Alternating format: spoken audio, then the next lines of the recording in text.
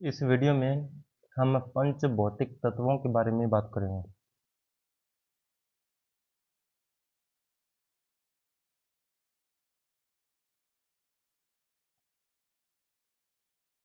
पृथ्वी तत्व का मतलब है जो सॉलिड, स्टेबल और टेंजिबल हो। बॉडी में पृथ्वी तत्व बोन्स, कार्टिलेज, टीथ, मसल्स और कनेक्टिव टिश्यू में मिलता है। मॉडर्न एनाटॉमी में अगर हम बात करें तो जो स्ट्रक्चरल टिश्यूज होते हैं वही पृथ्वी तत्व को रिप्रेजेंट करते हैं। देखिए, जो पृथ्वी तत्व होता है वो शरीर को शेप देता है, सपोर्ट और वेट बियर करता है और प्रोटेक्शन देता है। अगर पृथ्वी तत्व न हो तो बॉडी कोलैप्स कर जाएगी।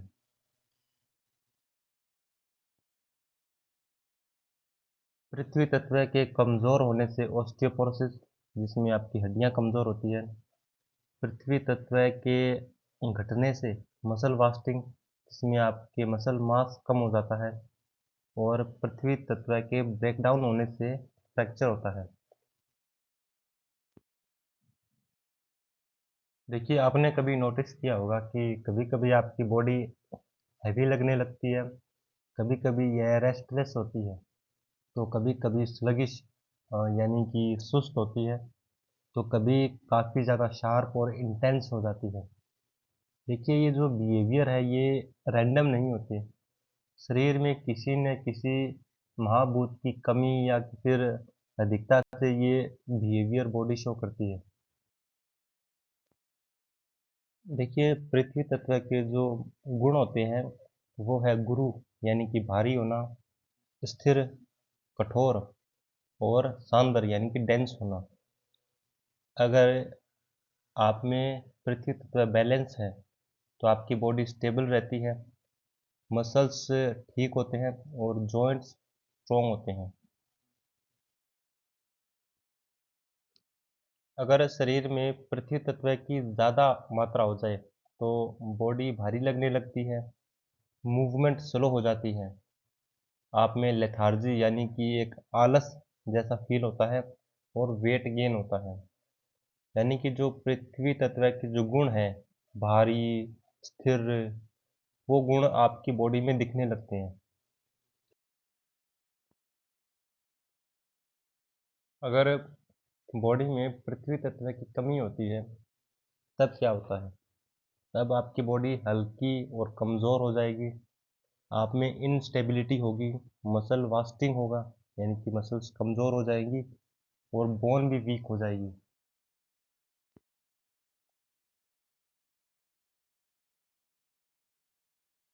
देखिए, जो जल तत्व होता है ये आपके शरीर में blood plasma, lymph, cytoplasm, synovial fluid और इंटरस्टिशियल फ्लूइड के रूप में होता है। यानी कि बॉडी में जितना भी लिक्विड पार्ट होता है वो जल तत्व को रिप्रेजेंट करता है।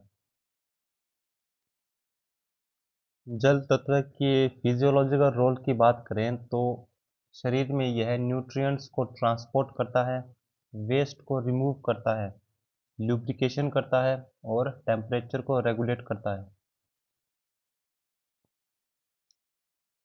देखिए, जल तत्व की कमी से डिहाइड्रेशन और जल की वृद्धि से एडिमा कंडीशन बनती है।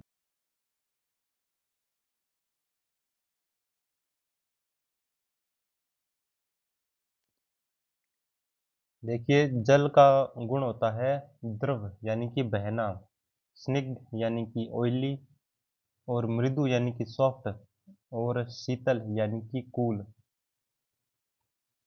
अब इसका बॉडी में क्या इम्पैक्ट होता है उसको समझिए। देखिए, अगर आप में जल तत्व बैलेंस है तो आपकी जो स्किन है वो स्मूथ होगी, जॉइंट लुब्रिकेटेड होंगे और इमोशनली आप काम होंगे और आप में गुड हाइड्रेशन होगा। देखिए, अगर आप में जल तत्व की अधिकता है तो पफनेस यानी कि फुलावट, स्वेलिंग यानी सूजन, हैवीनेस और एक्सेस स्लीप, ये सिम्टम्स दिखाई देंगे। और अगर आप में जल तत्व की कमी है तो ड्राई स्किन, स्किन में क्रैक्स, थर्स्ट और इरिटेबिलिटी, ये सिम्टम्स देखने को मिलेंगे।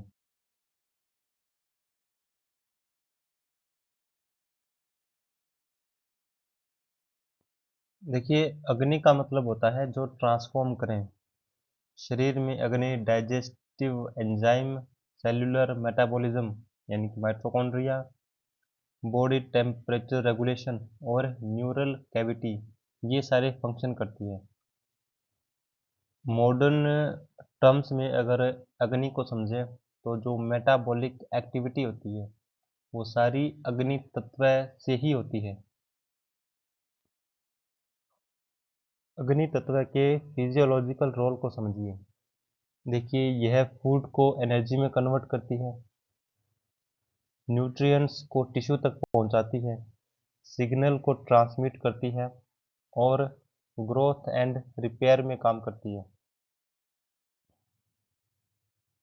देखिए, अग्नि के मंद होने से हाइपोथायरॉयडिज्म यानी कि मेटाबॉलिज्म का कम होना, अग्नि की वृद्धि से फीवर यानी बुखार, और अग्नि के डिसरेगुलेशन से डायबिटीज होती है।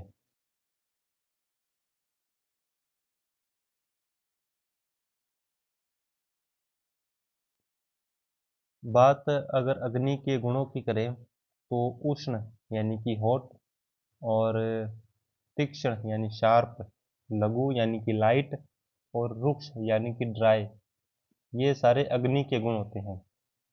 और अगर शरीर में अग्नि बैलेंस में है तो आपकी जो एपेटाइट होगी वो अच्छी होगी, और जो आपका इंटेलेक्ट होगा यानी कि जो आपकी बुद्धि होगी वो शार्प होगी, आपकी बॉडी गर्म होगी और आपका डाइजेशन भी अच्छा होगा।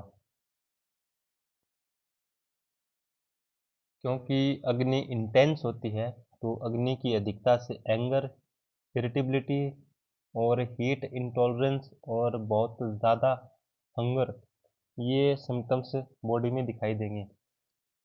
और अगर अग्नि कम है तो आपकी भूख कम होगी, आप में कोल्ड इंटॉलरेंस होगा, आपका डाइजेशन स्लो होगा और जो मेंटल डलनेस है वो आप में होगी।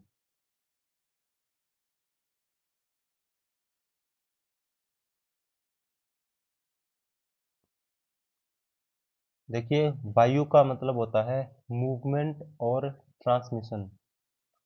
बॉडी में वायु नर्व इम्पल्स को कंडक्ट करती है, मसल कॉन्ट्रैक्शन, रेस्पिरेशन और पेरिस्टालसिस, इन सारे फंक्शंस को रेगुलेट करती है। शरीर में जितनी भी मूवमेंट होती है वो सारी की सारी वायु के कारण ही होती है। अगर ब्लड फ्लो भी करता है यानी कि जल तत्व अगर फ्लो कर रहा है तो वो भी वायु तत्व की हेल्प से कर रहा होता है। इसके फिजियोलॉजिकल रोल को समझिए। देखिए, ये शरीर में मूवमेंट करवाता है, सिग्नल को ट्रांसफ़र करवाता है, सर्कुलेशन को मेंटेन करता है और सभी ऑर्गन्स के बीच में कोऑर्डिनेशन बनाता है।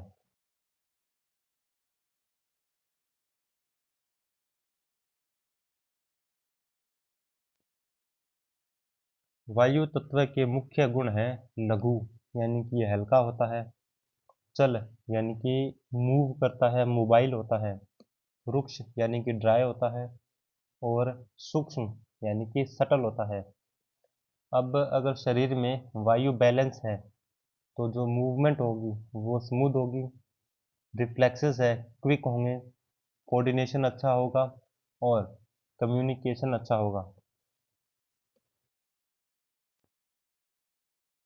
देखिए, अगर वायु शरीर में ज़्यादा होगी तो वायु के जो गुण है मतलब मूवमेंट, वो शरीर में ज़्यादा देखने को मिलेगी। जैसे कि आपका माइंड रेस्टलेस होगा, ट्रिमर्स होंगे यानी कि शरीर के अंगों में कंपकंपी, और इसके साथ एंजाइटी और इंसोम्निया जैसे सिम्टम्स दिखेंगे। और अगर वायु कम है तो जो मूवमेंट है वो स्लो या स्लगिश होगी, रिफ्लेक्सेस कम होंगे, कॉन्स्टिपेशन होगा या फिर डिप्रेशन होगा।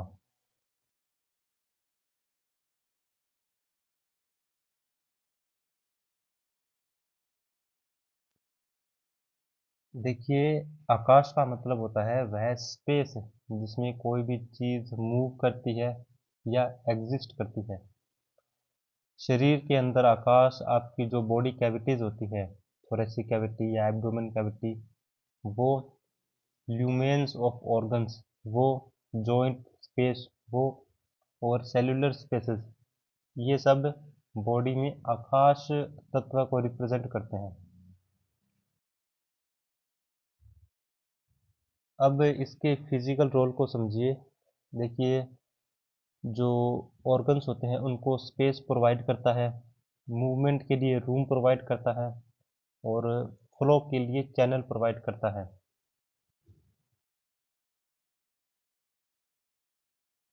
देखिए, आकाश तत्व के इम्बैलेंस होने से आप में हाइड्रोसेफलस नाम की कंडीशन बनती है। आकाश तत्व के ब्लॉक होने से इंटेस्टाइनल ऑब्स्ट्रक्शन पैदा होता है और आकाश तत्व की कमी से जॉइंट में स्टिफनेस आती है। अब आकाश तत्व के गुणों को समझिए।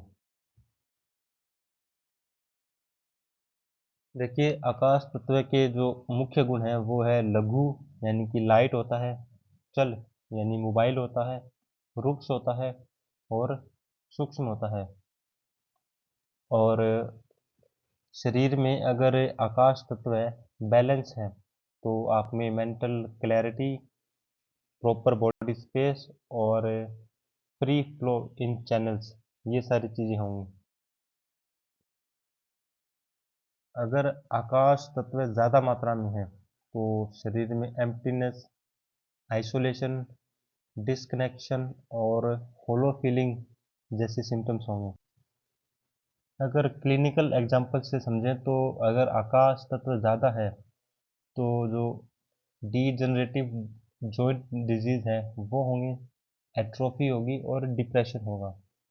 और अगर आकाश तत्व कम है तो आप में ट्यूमर, ऑब्स्ट्रक्शन या जो कंपार्टमेंट सिंड्रोम है वो दिखाई देंगे। देखिए, ज़्यादातर जो बॉडी सिम्टम्स हैं वो किसी एक तत्व के इम्बैलेंस से नहीं होते, बल्कि एक से ज़्यादा तत्व उसमें इन्वॉल्व होते हैं।